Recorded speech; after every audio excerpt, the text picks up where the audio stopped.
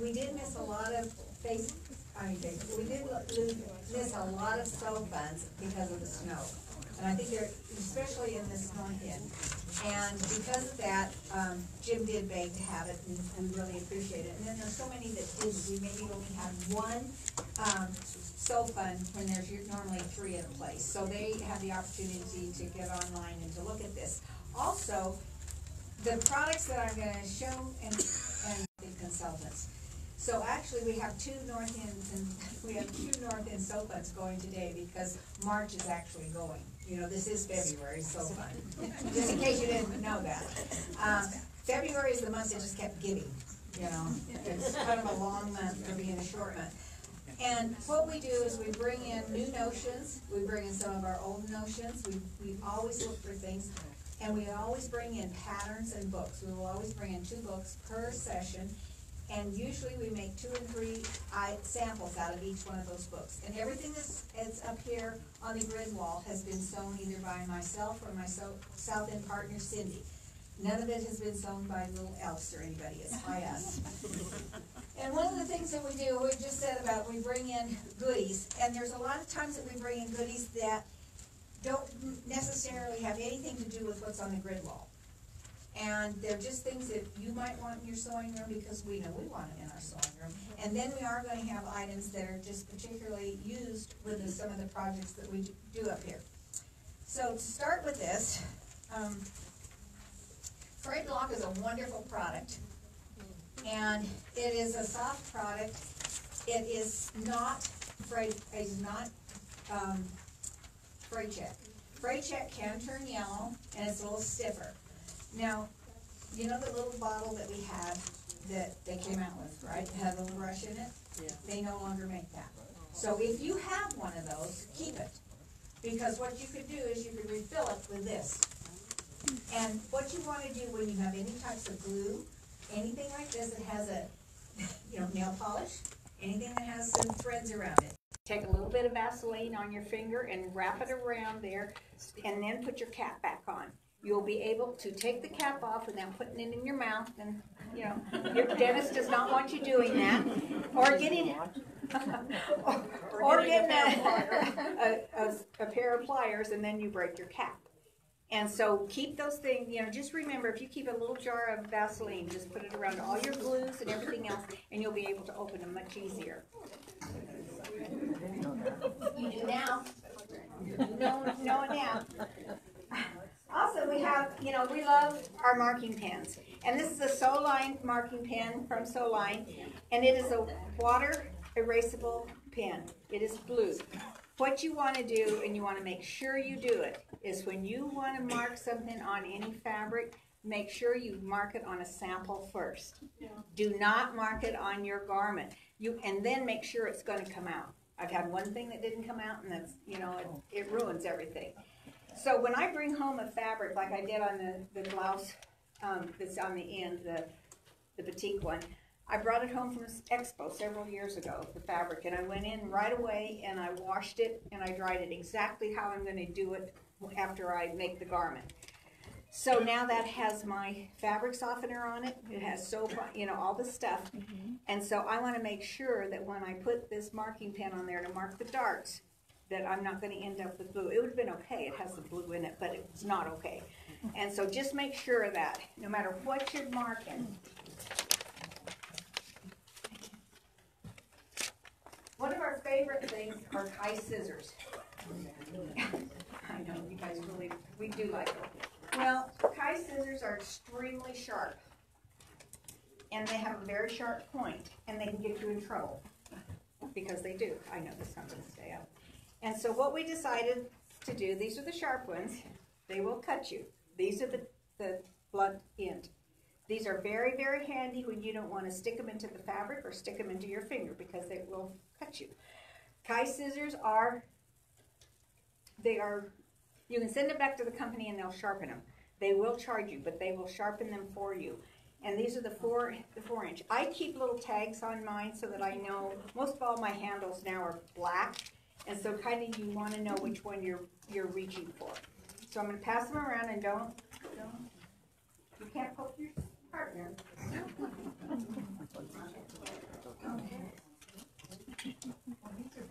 Those are blunt ends, yes, those are the blunt. And I had to use them on one of my projects up here because I kind of goofed on one.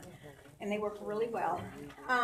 We brought in this Superior thread holder a couple of years ago.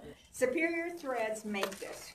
They know what they're making. It used to be that when we first got our embroidery machines, we had just small spools of thread, embroidery thread. They were cross-wound and they're real tight. And so as they come off the spool, they just have a curl to them. And from where our spool sat to our needle wasn't enough room. And so they would tell us to take the spool of thread and put it on the other side of the room, and then thread your needle. They did. And put it in a cup and sit it over there, and then do it.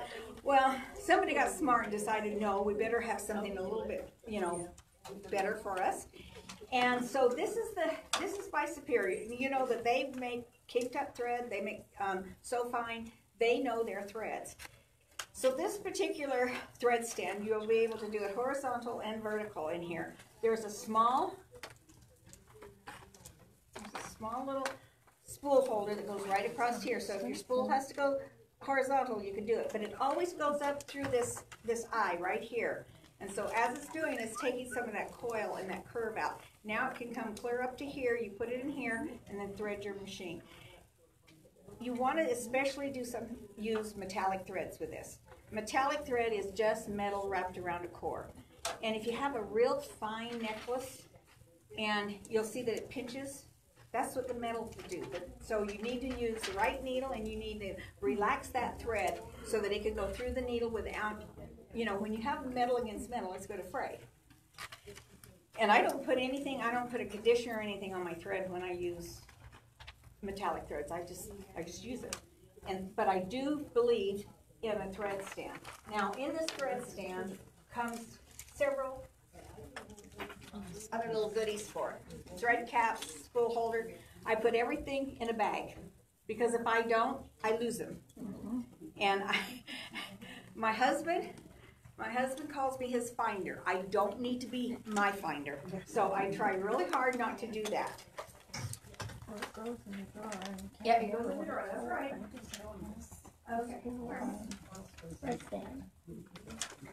Well, yeah, you can. Yes. She was saying, and that's true. You could take this one out here and put it in. I think you have an extra one in the new one. Well, it comes right. Well, that's where the white one goes too. Either one. Yeah. Because if you have a big, the Yeah, one that you have a doesn't go bigger through spool. That's true. Okay. So where would you on the front of your machine? Okay, everybody needs one of these. Maybe you need two, one to use and one to lose. This is a scissor catcher or a pin catcher. It is magnetic. It will not hurt your sewing machine. Now, it'll fit on my sewing machine real well because it's a nice smooth surface because it's got that little suction cup on there. However, if your machine has bumps in it, it will not stick. So in the package, you have a piece of vinyl. And you're able to put that on your machine, and then you're able to put your pin catcher there, or your scissor catcher. This makes it so much nicer. You know the scissors reels that we have that go back and forth? Well, I have a crown jewel long arm quilter, and I have two sets of handles on them, and I have one of those, and when you pull them, I always get them caught around the handles. So this is really good. I can actually pick up my scissors, and they're not tethered to anything, and they work really good. My husband will tell you need one to use and one to lose, because you will. Yes. What are we going to do with you? Why? You keep knocking things off. I know, but Camera's see, on. it'll be okay. I mean, I just have a certain amount of room up here. So, yeah. Okay, so let's go on to someone of you asked me one time. I've done a lot of pillows, and I tell you how I cut the corners down so you don't have dog ears on your pillow, correct? And you guys have asked us to bring in a ruler. Well, usually the ruler was about this big, and when we have to cart this stuff in our car, it's just a little bit too much. But I was able to find a ruler for your pillows, and this is the ruler. And yes, I do keep it in this because I don't put my rulers in the drawers The reason that I don't put my rulers in the drawers because I will lose them and you'll get to the bottom of the drawer and then I don't want to take the time to find them. So I use command strips. I put other things like this. I put them in a basket, maybe several. Okay, so it's just, so it's not fun to have to go and look for all that stuff. So this, okay. So what makes this special is that it's marked. Everything that you make in home deck has a 1/2-inch seam allowance. If you're doing quilts, you're going to use a 1/4-inch seam allowance. I got to walk around this, excuse me. Okay. So I want you to notice this little square right here. That is a really important part of this ruler. And what you're going to do is you're going to put that in the corner of your pillow.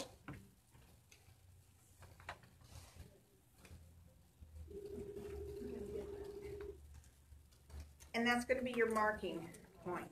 So you're going to mark a 1/2 inch in from each corner. And that's going to be the corner of your pillow. Remember I said a 1/2 inch seam allowance for anything that is home deck.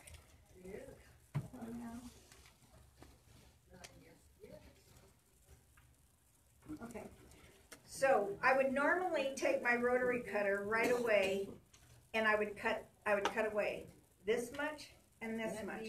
I'm marking it just so that you can see, and I'll pass this around.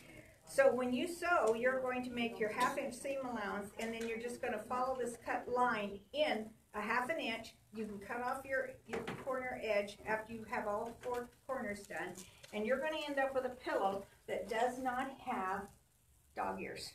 This one I used, and this, my partner used it on this, and I used it on this pillow. Now, if you want dog ears, that's fine. You know, I just don't choose to. The only thing we usually stick with batting in the corners are going to be a cushion. If you're making a cushion on it for a seat or something, because you're going to wrap that around and you're going to want to fill that corner. But normally you don't want to do that on pillows. So, I'm going to pass this around with a ruler. I highly recommend that you leave it, you know, there are instructions for this ruler, and the instructions are for you to use. And so when you forget what I told you, just look at the instructions. There's also this side on the ruler that's for curved corner. So you can make a rounded corner without having to go to the kitchen and getting a cup or a bowl or whatever you need, which we do. How many times have we done that?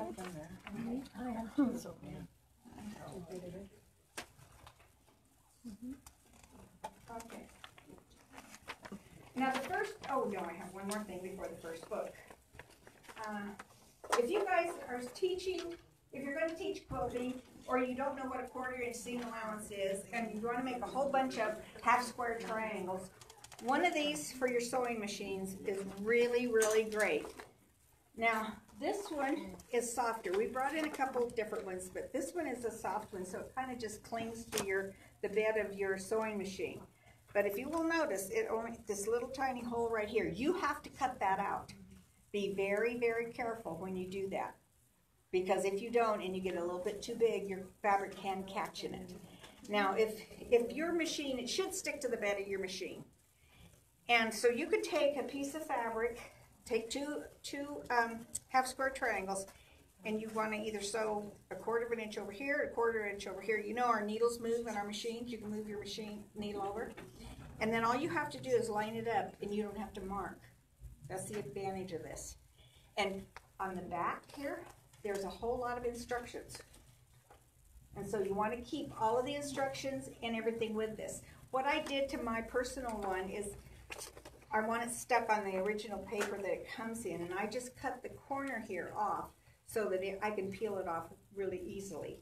But it's just sticky enough. If you don't think it's going to stay, use some tape on your machines. It's not going to hurt your machines. But that will help you do many, many different things when you're quilting without having to mark.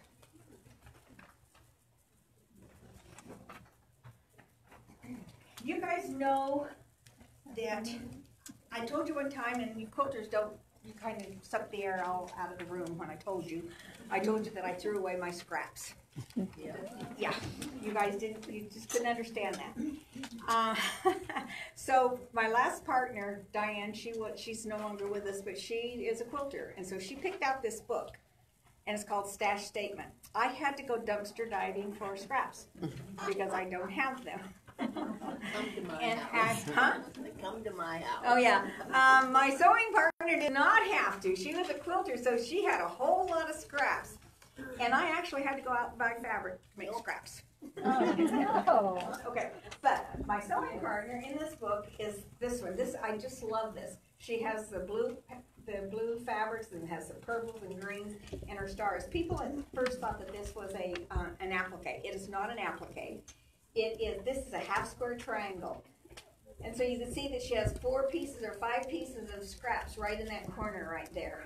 And the whole quilt, so all you're gonna do is you're gonna cut all those, it's really fun. You just take your scraps and you just start sewing them together. There's no rhyme or reason. And then you cut them apart. My girlfriend's sister said, "You mean to tell me you cut the fabric and then you sew them back together?" Yeah, but you know what? We do that with our clothes. We cut the fabric, but anyway.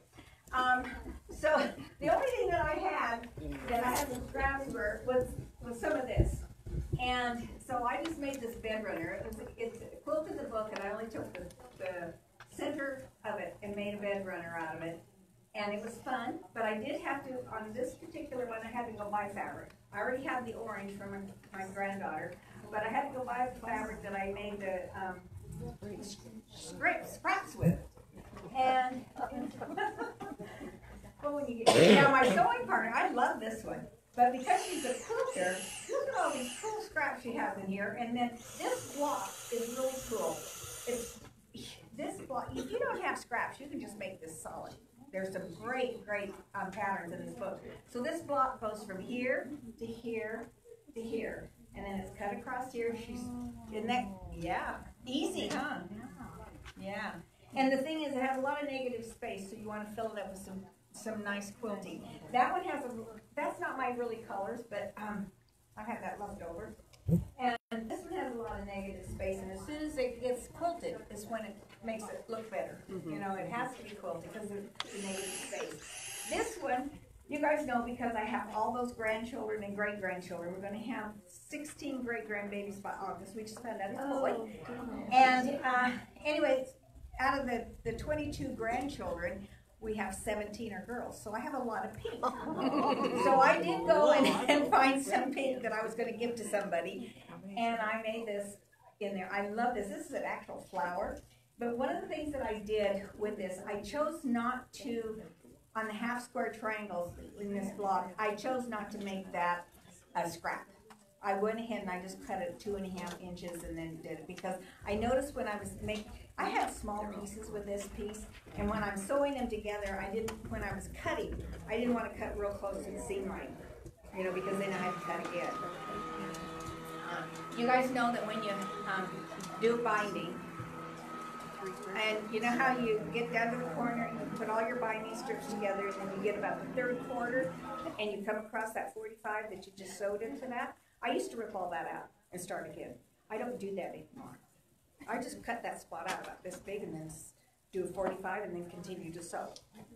So Wait, say that again. Say that again. Write it quick. Okay, so when you get to the corner and that 45 is right there and you're trying to make a minor corner, it's in the way. In the way, right. Okay, so I used to rip that out. And I'm sitting there one day and I thought, why am I doing that? So you just cut it. So now you only have to cut it about that much. So 145 is here, 145 is here, right? No, you just whack it across, just like this, straight across. And then when you put it back together, you're going to put it back together like that, and sew it, and then you just continue sewing. Okay, there's 2 things. All you're doing is taking that seam out and Moving. moving it. So, now I don't have to rip out the entire. So you move it up. Yeah, it'll move it up. It'll move it up before the corner. And, it'll save you from having to tear it out. How many times that happened? A lot, Okay, that's just a freebie there. This one also, my sewing partner made this. And you'll notice that in this book, none of the quilts in this book have a border. This is a quilt for Quilts of Valor. And I was reading something the other day. I think they have to be a certain size. and I forgot the size. And so here's her red scraps and her blue scraps, and this is a block right here, and she just cut it right down the middle and put this gold. So by putting the border on it, really, really frames it, and then her quilter used a star. Isn't that cool? It's really, really nice. And let me see what else is there for the. I think that's it on our scraps. But you know, you don't have to have scraps to make some of the really cool quilts that are in this book. There are so many cool. This is the magenta one there, which is done in navy. This one is the tan and the red one, and it looks like lanterns. Well, actually, it's a snowball quilt block. And all I did is I just made the center block right here. Bless you. Are you okay? Okay. And there's some really, really great patterns here. And those of you who save this is the one that is done in the Quilter Valor. And look at that. It looks like it's by the ocean. Beach. Yeah. So look at how much different it would look in whatever fabrics you have. So those of you who saved your scraps, just go rummaging. I'm probably still not going to save them. Okay, the next thing we have here, and I got to do this underneath this book. I didn't choose this book either, and when it was chosen, I'm going, oh my goodness, look at that curves, you know. And this job will grow you. I've done a lot of things. Never say you're never going to do something because you end up doing it. And so I really enjoyed this book. I met Jenny Pedigo down in Expo this week, and she said that many people came by and told her that they had brought the book and the ruler. It was really fun. But anyway, the ruler, I don't wake up in the middle of the night thinking about how I could make a ruler. And with math, and do all this great things with it. I wake up in the middle of the night saying, oh darn, I left my foot in Bellingham to my machine, you know. But I appreciate anybody that can can do this for us. There's 3 women, and this is genius. This whole ruler is a genius thing. And there's a lot of stuff in here. Now I'm going to tell you to cut one place 1/8 of an inch. That 1/8 of an inch is going to turn into 1/4 of an inch seam allowance. Just trust me. I'm simple enough that I just thought I'd trust the ruler. And guess what? It works. Because these ladies, like I say, I'm not an engineer. In the class in Expo, there was a gal that was doing a class, and she was an engineer, and she is truly an engineer. My head does not think like that. I'm married to one, but no. So, this ruler and this book is really fun. I marked the ruler with the glow tape. You know, we brought that in November. So those of you, mark your rulers so that you don't make errors. This is the 1/8 of an inch line that becomes very, very, very, very important. And then this is where your block is going to sit. I'm going to put this down here so you can actually see it.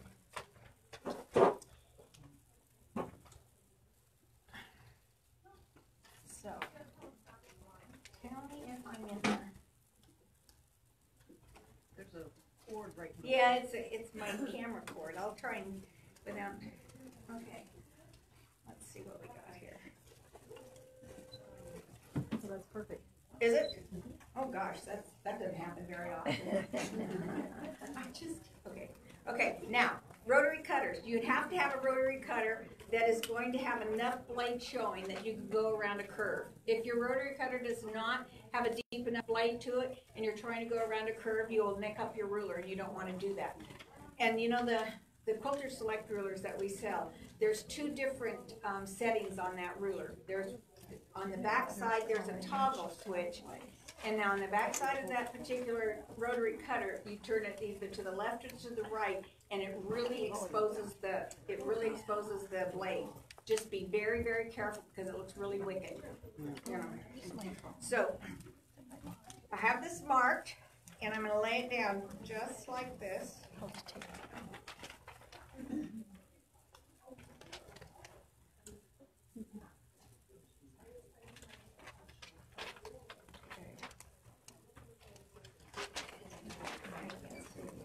Okay, so all I'm gonna do is I'm gonna cut just this easy. And if you don't have if you don't have a sharp rotary blade, put one in. You don't wanna pull this out and you have these little bumps all over the cut.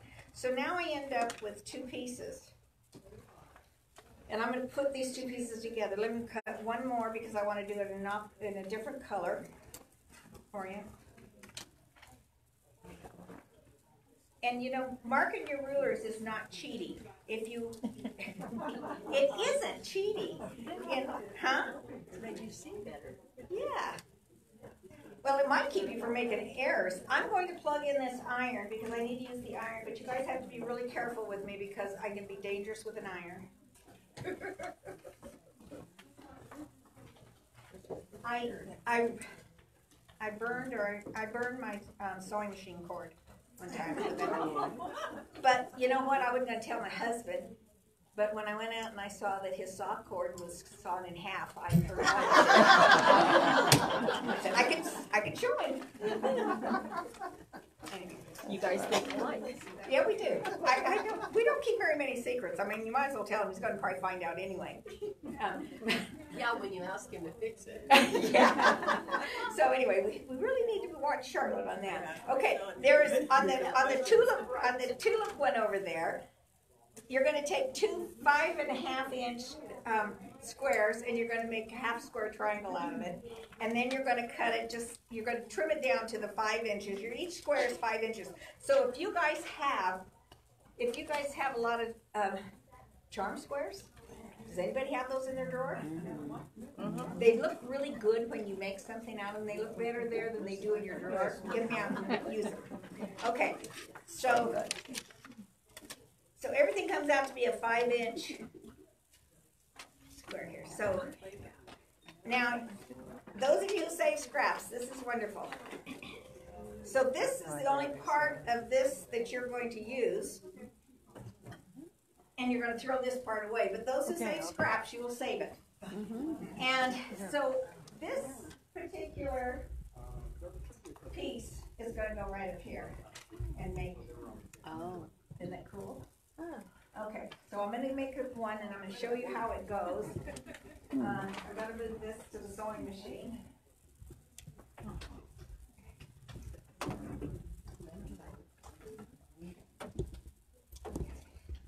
So you will want to use a 1/4-inch seam allowance. There are 3 marks that you need to make on your fabric. These marks are one in the middle on both pieces, and 1/2 inch in from both ends of this piece. That is where your piece right here is going to fit, and yes, it fits just perfectly. I sewed them both ways. I sewed with this one on the top, this one on the bottom. I sewed this one on the top and this one on the bottom. I like sewing this one on the top, but that's a personal preference. You know, I just thought it was easier for me. I put a 1/4-inch seam allowance on here I use a 1/4-inch foot with a flange, and when I did it, this one has a multi-needle plate on it. I use my single hole needle plate because you're going to get a nicer stitch on that. So I need to mark this. Oh gosh, that's right on. That's amazing. Okay. So I'll mark this. And I did not mark any with my pen. I used my scissors and I clipped. I made clip marks. And you're going to have to measure this end over here to make sure that it's a 1/2 inch. That's where you're going to start and stop your curves.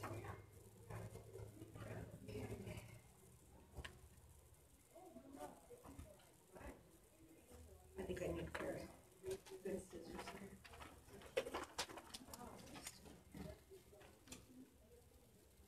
here.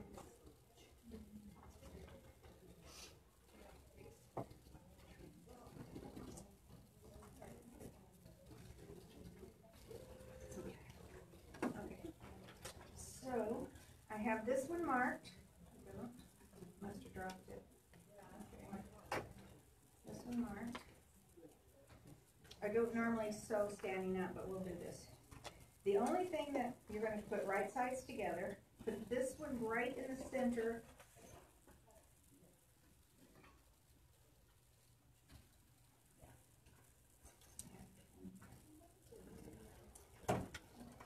what I did to start, here's my trim line here. I put this underneath my needle, put my needle down, and just have my stiletto. Did I see where I did my stiletto? Oh, good. I just have to show you. Is it up here by the bag? Get underneath some, that's okay, I'll just do it. Okay, so I'm just gonna start with this. But I use a stiletto and I want it to be. I need help. You think my legs are longer than they are? Yeah, your camera moved.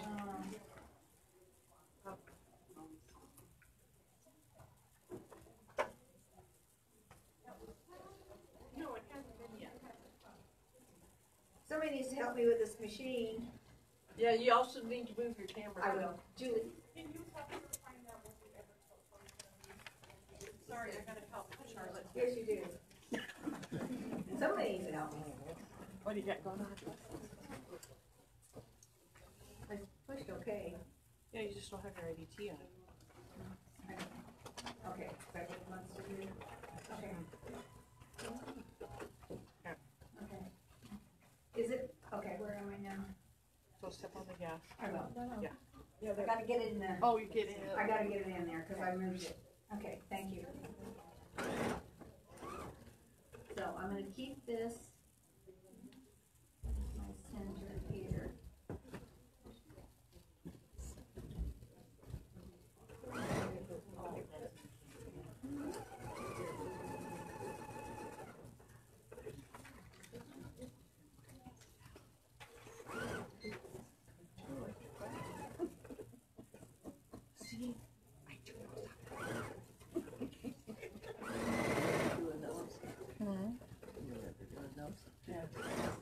You use your stiletto, trust me, girls, it works a lot better. Okay. Now, let me take the camera over here. Best press is your friend. We're gonna use it on a couple projects here today. Best press is your friend. So what I did after I had a ton of these made is I came over to the ironing board and I pressed them with some best press.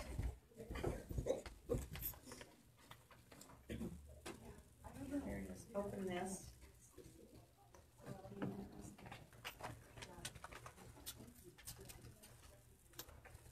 You'll find that this just turns around and it just goes really, really nice.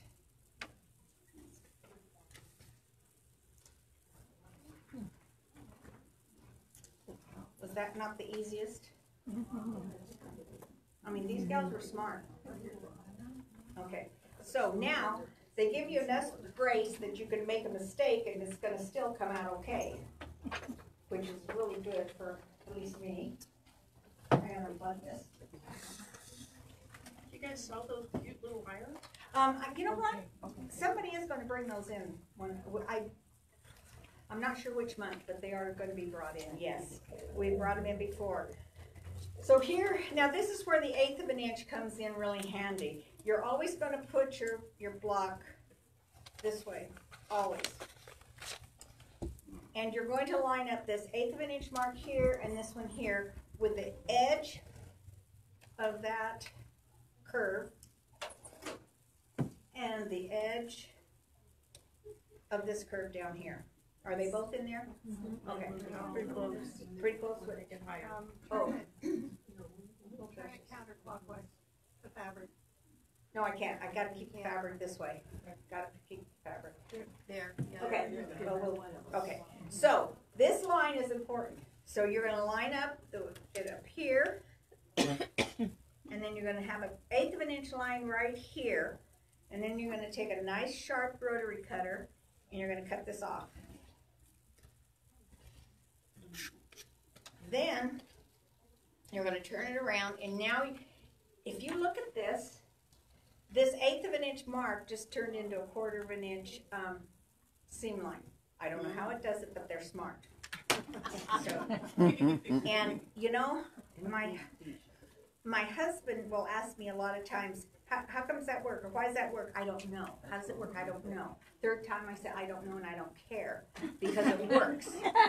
And I'm just grateful that there are those people who think up these wonderful things to make our sewing experience so much easier. So look at this beautiful block out of that. Amazing. There's not one. Isn't that amazing? They are smart. So now I want to show you where all this block goes to. So on this particular, this leaf right here. So this is it here. Isn't that cool? This is this way. And then the bird is two of the same, and then this is the tail of the bird. Oh, for heaven's sake. I know. How do they think about those things? Okay. Tulips. So here it is down here. And you already saw the one that I did here with the half square triangle, and here. And then this one's going to go there. And then you use a half square triangle that has the two colors there. The leaves, going like this, and like this, and like this. Wow. I know, isn't that cool? Yes. I love it. So those of you who didn't see, because I'm short, this is the way it's going to go. Here, then it goes here, here, and here. This one is two of these put together like this. My sewing partner did this one, and her daughter picked out the fabrics, and they're just absolutely beautiful. And then her quilter quilted these feathers in it, and she put some wool batting in it for her daughter. Now this is a pinwheel, and so the pinwheel is this way and this way. Wow. I like it. Oh. Okay, this one is, it looks like your apple core. Well, it's not. You know, there is a pinwheel. There's 3 pinwheels in this particular one. So here's my pinwheel up here. And then the rest is, it's got your color this way, and then this way.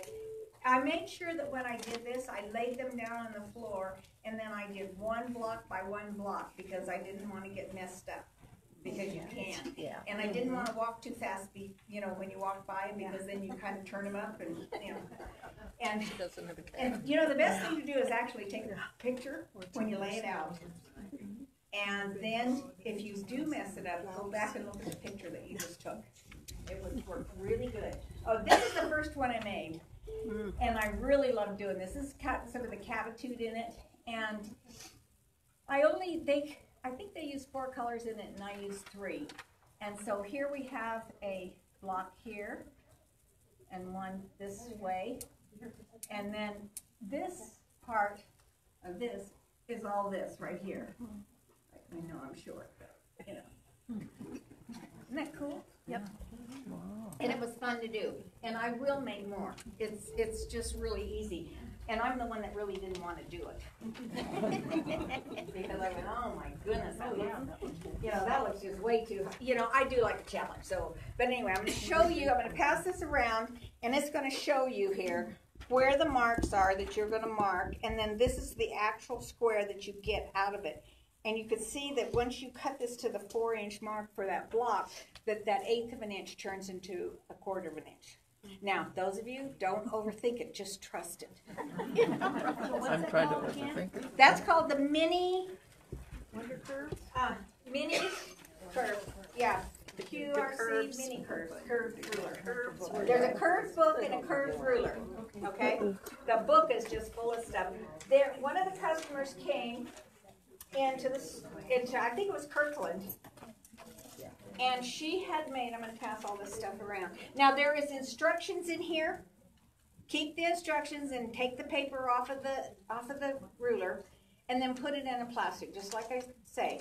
And then when you forget what I said, you could go and you could read this. Their instructions are great. There is in here one of the, this is pretty cool. Hearts. Oh, cute. But there's a tree in here in this album. Isn't that pretty? Yeah. Oh, she brought it and it was done. It was so pretty. So I went out and bought more green fabric to do it. Cool. Uh-oh. Oh, isn't that cool? Yeah, it was a really fun book, and I really did enjoy it. This is, I'm gonna pass this with it. And this is the half of the windmill, and then this is the whole block. And those were just back quarters.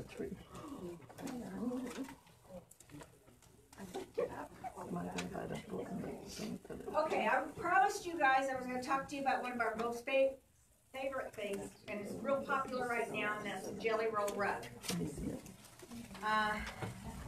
The Jelly Roll Rug has some certain things that you have to do with it to make it turn out right. Somebody asked me how, to keep it flat. If you don't do what I say, I will guarantee you will have a boat, or you will have a dog bed. Okay. Or you will be picking out all your stitches. So it's easier not to do that. So the thing that also, to do a rug, you're going to have 2 of these, the batting, to do a complete rug with 44 strips. Somebody in Mount Vernon told me they had made 3, and by adding 2 additional strips, they used up every bit of the two rolls. The other one is this big. That's going to do 1 rug. Now, you can make a half rug just with one of these things. Now, you're going to have to contain this. So, it says a basket. I didn't have a basket big enough, so I just used a garbage can. It was clean. And I put it between my legs, and then I had my fabric over here. And so, as I sewed it, it came off of that, But the first thing you're going to have to do is you're going to have to, I folded mine. I have a Simplicity Bias tape maker, and it's the electric one. So you can do 44 strips in 15 minutes, when you're all sewn together. So I had some other strips. We just happened to have them in the drawers, And I had those all together, but they weren't folded. Ann had brought in one time, she brought in the things that we do for Annie's too with a clothesline. Well, I was going to make those. So I had all mine. I had all my fabric already. It was all folded, so I thought, well, I'll just use that. So this is my fabric folded, and then I opened it up to put it into the to the 2.5-inch strip. Then you're going to fold it to the center. And in this particular pattern, which is by RJ Fabrics, this pattern calls for you to it's going to fall. It calls for you to sew down the center of your strip. Now, that is a personal preference. This is what this particular pattern says. If you don't want to sew it down the center of the strip, I did it with red. You're not going to do it with red. You can do it on the edge, and it'll catch all the edges. Everybody asks that. It will catch all the edges because of the way that it's folded. So that's a personal preference. I'm going to do a Christmas one, and I want the Christmas fabric to show more, so I don't want to do a stitch down the center. Yeah. Okay. Now, when you get this started and you're starting to fill this up, you want to use a long stitch length, at least a 3.5 or 4.0. I would next time, I did not use it, but I would next time use King Tut thread. That's a 40 weight thread. You are also going to use a jeans needle, a denim needle. The reason that you want to use a denim needle is because it's sharp and it won't deflect as it goes down through all those layers of batting and fabric. This is done with batik. Batik will dull your needles and it will dull your blades. Now, needles are the cheapest thing and the least expensive thing that you can put on your sewing machines. You pay lots of dollars for your sewing machine. Change your needles often. Before they start thunking. By the time you start thunking, they're bad. And if you would take that needle and you would look through a magnifying glass, you will see, before it starts, you even think that it might be dull, you'll see where that point has already been worn off. We don't see it to the naked eye, but if you looked at it, so that's why they say change your needle off, and it actually wears out your needle. So if you're using, denim, use a denim needle in here, and this is batik. This one was made just with regular cotton, but you still need a denim needle, and this is made with, she got this jelly roll from Tuesday morning. Put them together, and they're wonderful.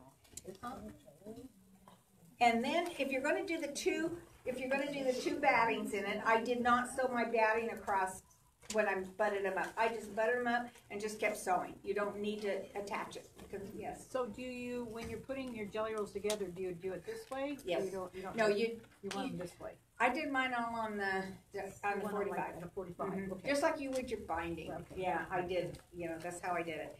So this is a personal preference here. If you want to edge stitch it or if you want to center stitch it, but you need to use a long stitch length and some nice thread in there.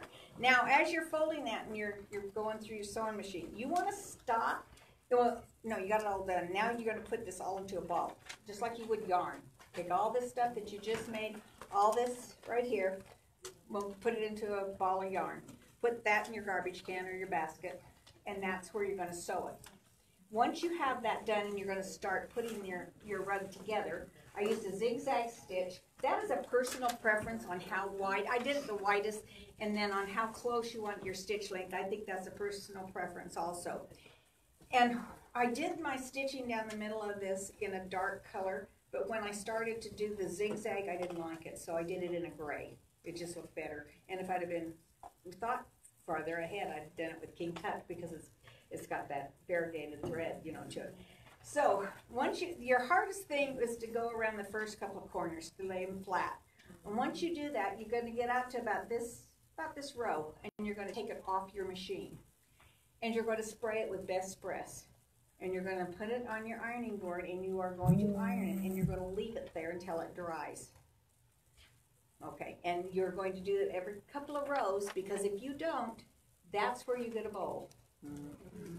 And I only had to take out a couple of rows, because I went too many. And so it does happen. And one of the ladies in our classroom said, I never took mine out, and it's a boat. Down there, it's right before the front door. It's a Moses basket. It's Moses basket, yeah.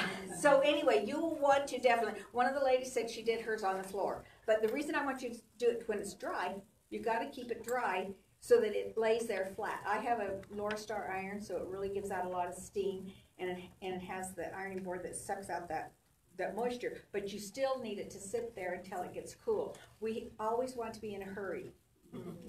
We all have, yeah. And we want to see it done.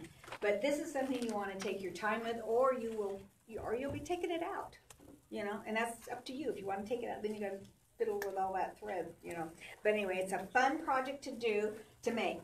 I've seen several, yes, Mary. Did you have a problem with your stitching and skipping it once in a while? No, I didn't. But I used a jeans needle. I definitely I used use a it. jeans needle on my machine's in the shop now because you kept skipping stitches. Mine did, yeah. No, mine did not. I did not have that trouble. But, and if, with needles, if you're having a little bit of trouble, my favorite needles is Inspira. They're made totally different than any other needle on the market. And they are wonderful needles. It's the last dipping, they say, that makes them different. That's what I prefer to use all the time. And sometimes when we're having trouble with our machines, an Inspira needle will help us the best. So, I don't know, what size was your jeans needle, Mary? I think it was 100. You could go up. You could Go go, higher than 100? oh sure, 130, sure. Oh, okay. So, yeah, so if something is not, what's happening is not just catching that thread, but I didn't have trouble with mine missing. So I couldn't tell you that. And this one I would think that would miss easier than on a regular cotton because this is batik. Yeah. And so, and then the thing is, if you go up to a higher needle, that way you could, or a larger needle, then you can use your King Tut thread, and that'll just make it a little bit stiffer, stronger. I'm probably not going to shake mine too much because probably not going to let anybody walk on it. I'm going to do this really quick before we go to break. And I'm going to talk about Bianni's. We bring in a lot of Bianni's patterns. And these are the same lunch boxes. Mine is just short and squatty like me. And Thanks, Annette. I know what you're talking about. I'm just short, you know? And so what I did, Annie actually suggested that you use about a 2.5 inch curve here. Well, I have this creative grid ruler, and I have it marked. We brought it in before, so those of you who don't have it, this saves you for going into the kitchen and having to get a bowl or a cup or whatever, and you can make your corners and you know what they are. And so I made mine because I know that what I'm going to take to lunch is going to fit, you know, my container is wide. So, and it was so fun to go down to Expo, and she had made some wide too, because I told her, I said, oh, I made mine short and squatty too. Okay, so one of the things that, this is Grab Some Grub 2.0. And what we did on the inside of this is we put Lazy Girls Slicker Iron-On Glossy Vinyl. This is food grade okay. Now, Annie had one, she had put it in a bag, and she washed the bag, and that bag, it did come unglued a little bit. Then she put it into another item, and she didn't have it happen. I will guarantee that if you do it, if you probably do exactly what the instructions say, it'll probably work real well. And the instructions say you're going to use a dry iron. That is really, really important. Whoever manufactures this glue that is in this product or in another product, if it says steam, like steam-a-scene, steam is used. That's what makes it adhere the best. Then what do we do when we have this fused, and the first thing we do while it's still hot is we pick it up and move it. And let it cool. Well, when you move that, guess what? It just moves. It's glued. You know, it's going to move. So you leave it get cool, let it adhere well, and then you go. You know, I'd probably save myself a lot of grief by getting a press, and because it has a timer on it, and I can't just do something in a hurry. It's time, pressure, and heat that makes fusibles work. So what you're going to do is you are going to, Annie has you cut a piece of fabric, whatever size she has, you cut in the instructions. Then you're going to cut this vinyl to that size.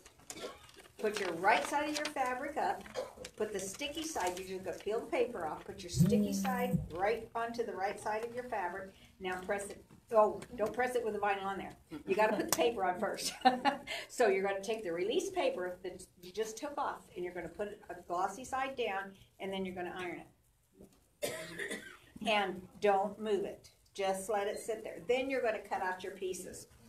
And normally you're not going to, most of everything that Annie has, she quilts. You're not going to quilt through your vinyl because then you're going to have holes in it, unless you want to seam seal all of those.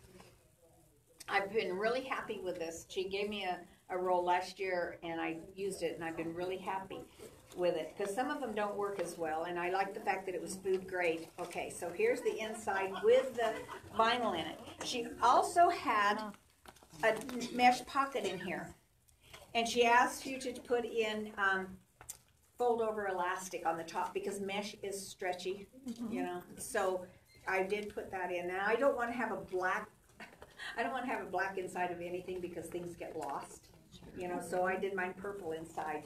Now one of the things that we do suggest, if you're having trouble, most of Annie's binding is pretty small when she does her binding, and those of you who've made her patterns, you know that. And we do suggest that if, make it a 1/2 inch bigger. Whatever her cut is, make it a 1/2 inch bigger so that you can get it around it. My sewing partner used her soft and stable in it, and I'm not sure if she used this. I used the hot and cold barrier fleece that we're bringing in now by R&K. And that's just like Inspirite, and our stores are going to start carrying it. And so she has a really thick bag here, and then by having that small binding, she couldn't sew it. So she ended up using steam-a-seam to do it. And then you don't want to touch the iron, because it doesn't work. Now, usually if you use her soft and stable, you are going to quilt this, but she didn't quilt it, so it does have the vinyl on the inside. But just remember when you're cutting to make sure that binding is going to be a little bit bigger. It's going to go around the actual outside because you'll fight it. And she does use, and I don't know what happened to it, but I use a stiletto all the time because it's going to allow you to you know, your fingers cannot get close enough to your needle. And if my fingernail gets in there and I break one, I just have to go buy one. But, you know, and it's easier to use a stiletto, and I like a real sharp one because it'll move the fabric exactly where you need it. And it's a fun, okay. You put that inside? Yes, I put that in. So it's a hot and cold barrier fleece. So I didn't put soft and stable in mine. I put the soft heat and cold barrier fleece. And you were able to do the binding. Oh, sure. It's really easy to do. Even with her soft and stable, you know, it'll allow you to do binding. But you might want to add that a little bit of. You just have to remember before you cut, because once you cut, you know, and you don't have any more fabric, it could be a problem. And yes. When you bound that bag, did you bind the vinyl in that? Okay, by vinyl, she asked me if I bound the vinyl. So this actually became one piece of fabric. And I cut it the same, whatever, you know, my outside piece was too. And so they were wrong sides together. And then I just bound, you know, just did my, so there's no turning, there's no turning on it or anything. They're just wrong sides together and sew it. So the inside doesn't have binding on it, it's on. Oh yeah, the inside is. Down at the Oh bottom. no, not at the bottom, no. No, because that's your outside of your bag. So you're gonna do the outside of your bag here. And that's why she couldn't get it underneath the sewing machine. You know, I could because I didn't have a real, you know, thick place. But if she'd have done it a little bit wider, since she used the soft and stable, and I think she put the barrier fleece in there, then that's really it's going to be a real nice bag though. Yeah. And we did have black parachute buckles when I started in January, but I think we only have white now left. But everything is going to be available online to buy, and of course right here to buy. And I'm going to stop you guys and go and have a break, and then we'll come back and we'll do some show and tell, and we'll give away some prizes. What do you want me to tell them about the prizes and the? Okay. And no.